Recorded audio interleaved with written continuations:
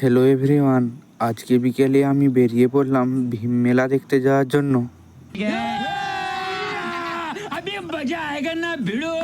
Finally আমি চলে এলাম মেলার কাছে এবং এখানে দেখলাম যে ইলেকট্রিক বাঁচানোর জন্য আলোটা এখন জ্বালাইনি। তারপর আমরা এখন চলে এলাম প্রতিমার সামনে এবং এখানে এসে আমি ও আমার ভাই দুজনে মিলে আমরা ফটোশ্যুট করে নিলাম।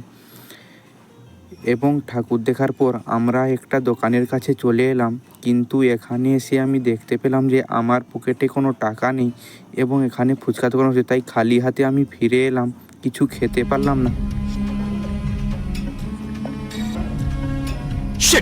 তারপর আমি একটা চলে এলাম খেলনার দোকানে, কিন্তু এখানে এসে আবার আমার ফাঁকা পকেটের কথা মনে পড়ে গেল, তাই আমি এখান থেকে কিনলাম।